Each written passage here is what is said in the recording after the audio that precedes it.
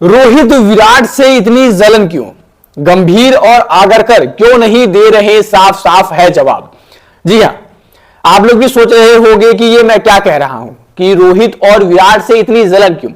अगर आप लोग रोहित और विराट के फैन हो तो आप लोगों को अभी तक ये पता तो जरूर चल गया होगा कि रोहित और विराट के करियर जो अचानक से इतनी ज्यादा हमने देखा कि टेस्ट में उन्होंने संन्यास ले लिया, अचानक से ओडीआईज में उनकी जो है वो रिटायरमेंट की अनाउंसमेंट हो गई कि ऑस्ट्रेलिया के बाद वो अनाउंसमेंट ले लेंगे, ये टूर आखिरी होगा। बीसीसीआई ने अर्जेंट मीटिंग बैठाई है। इनमें सबसे बड़ा हाथ केवल और केवल दो लोगों का है, तो वो है गौतम गंभीर और अजीत अगरकर।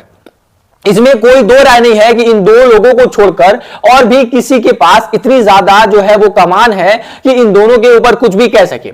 एक सेलेक्टर हैं और एक टीम के हेड कोच हैं, तो ऐसे तौर पर आप दोनों पर ही सबसे ज्यादा जो है वो क्वेश्चन उठेंगे ही उठेंगे, और ना ही सिर्फ उठेंगे बल्कि उठने चाहिए भी, क्योंकि जिस तरीके से परफॉर्मेंस रोहित शर्मा ने ऑस्ट्रेलिया में दिया, हमने देखा कि 131 रनों की पारी खेली, पहले मुकाबले में 8 रनों के आउट होने के बाद दूसरे मुकाबले में 73 रन समथिंग बनाए, तीसरे मुकाबले में 121 बना दिए। विराट कोहली ने साउथ अफ्रीका के खिलाफ बैक टू बैक 2 सेंचुरी लगा दी, तीसरे मुकाबले में 44 गेंदों पर 65 रन बना दिए 144 के स्ट्राइक रेट से। हालांकि वो ओडीआई क्रिकेट था।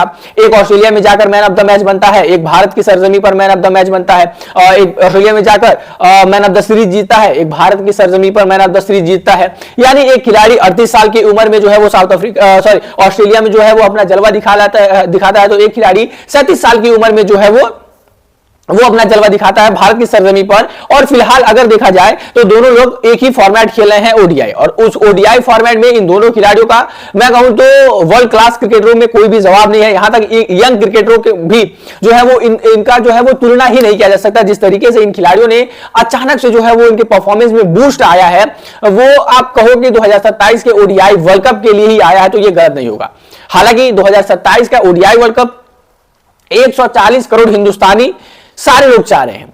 मुझे लगता है कि विराट और रोहित इस एंड वक्त पर आ चुके हैं कि अब उनका कोई हेटर बचा हुआ नहीं है, केवल दो लोगों को छोड़कर, आगरकर और गंभीर को छोड़कर। जी हां, ये दो लोगों को छोड़कर अब उनका कोई भी हेटर नहीं बचा, क्योंकि सबको पता है कि यार विराट और रोहित अगर 2027 का ओडीआई वर्ल्ड कप नहीं खेलते हैं तो उनके पास ज्यादा मुकाबले हैं नहीं।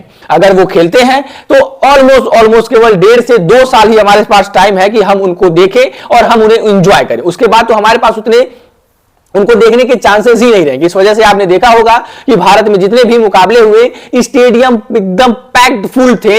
जितने भी भारत में मुकाबले हुए हमने देखा कि स्टेडियम में जगह नहीं थी, और केवल विराट और रोहित के नाम पर। ऐसे तौर पर जिस तरीके से इन दोनों खिलाड़ियों ने परफॉर्मेंस किया है, सारे तरफ जो है वो विराट रोहित तो हो रहा है। लेकिन जब गौतम गंभीर से यह पूछा जाता है कि आपको क्या लगता है कि इन दोनों खिलाड़ियों के फ्यूचर के बारे में क्या लगता है, ये 2027 का ओडीआई वर्ल्ड कप खेलेंगे या फिर नहीं खेलेंगे, मतलब आप सोचो। अगर आप टीम के हेड कोच हैं तो ऑब्वियसली आपसे ये जो है वो सवाल बनता है, क्योंकि आप टीम को लॉन्ग टर्म के लिए देख रहे हो। ऐसे तौर पर कोच गौतम गंभीर का जो जवाब आता है वो कहते हैं, देखिए अभी ओडीआई वर्ल्ड कप 2027 में 2 साल है, और 2 साल का वक्त जो है वो काफी लंबा होता है। 2 साल के पहले हम अभी कुछ ये बयान नहीं दे सकते कि वो खेलेंगे ही खेलेंगे, उनकी फिटनेस कैसी रहेगी, वो बल्लेबाजी कैसे करेंगे, या फिर हम ये भी नहीं कह सकते कि वो नहीं ही खेलेंगे, उनकी फिटनेस खराब हो जाएगी, या फिर हम ये भी मतलब हम कुछ कह ही नहीं सकते। गौतम गंभीर जैसे ही भारतीय टीम जो है वो मुकाबला जीतती है, वो प्रेस कॉन्फ्रेंस में आ जाते हैं। अपनी पूरी जो है वो भड़ास थी वो मीडिया वालों पे निकाली। टेस्ट सीरीज की जो भड़ास थी वो सारी जो है वो मीडिया वालों पे निकाली। मानो कि मीडिया वालों ने ही उनको बोल बोलकर हरा दिया। उन्होंने कहा कि टेस्ट सीरीज में हम हारे थे तो ये वो हो गए गलती, वहीं पर हम ओडीआई में एक मुकाबला हारे तो आप लोगों ने केवल हार को इतना हाइप बना दिया है, आप जीत को देखते ही नहीं हो। बहुत सारी बातें जो है उन्होंने मीडिया वालों को बोली।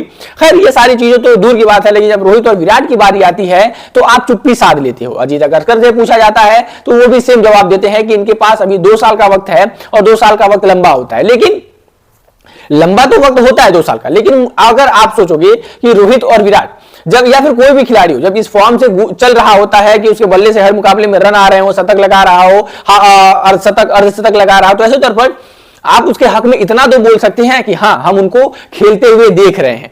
हाँ, हम जरूर कोशिश करेंगे कि वो 2027 का ओडीआई वर्ल्ड कप खेले। हाँ, हम जरूर कोशिश करेंगे कि ये यंग लड़कों के साथ जो है वो ग्राउंड पर जाए और उनकी भी एनर्जी को जो है वो बूस्ट करे।